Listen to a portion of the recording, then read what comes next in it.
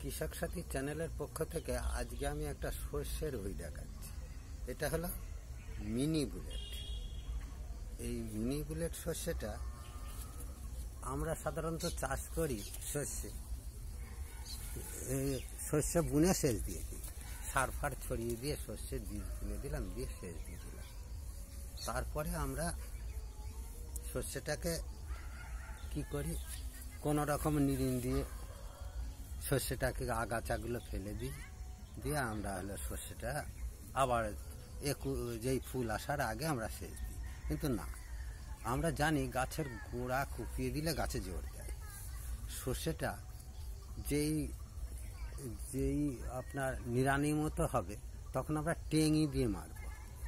Mini বুলেটটা একটা গাছের থেকে আর একটা গাছের দূরত্ব রাখবো 1 বিঘা। আর যদি বীরভূম হয় সেই ক্ষেত্রে 4 আঙুল।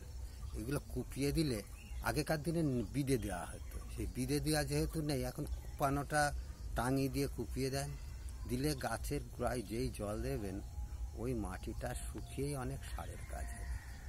এবার সারটা সর্ষেই সার বিশেষ করে পরে দেওয়া হয়, আগে হালকা করে দিতে হয়, পরে দেওয়া হয়।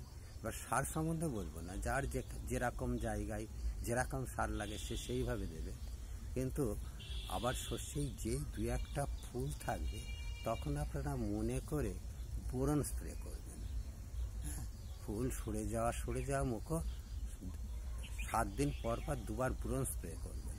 সর্ষেই দানা বাঁধবে। আর একটা জিনিস খেয়াল রাখবেন, সর্ষেই সালফেট বা ডিএপি, এই দুটো সার, সালফেট বা ডিএপি, এই অ্যামোনিয়া যদি প্রয়োগ করা হয় সর্ষেই তেলের গলন বেশি হয়।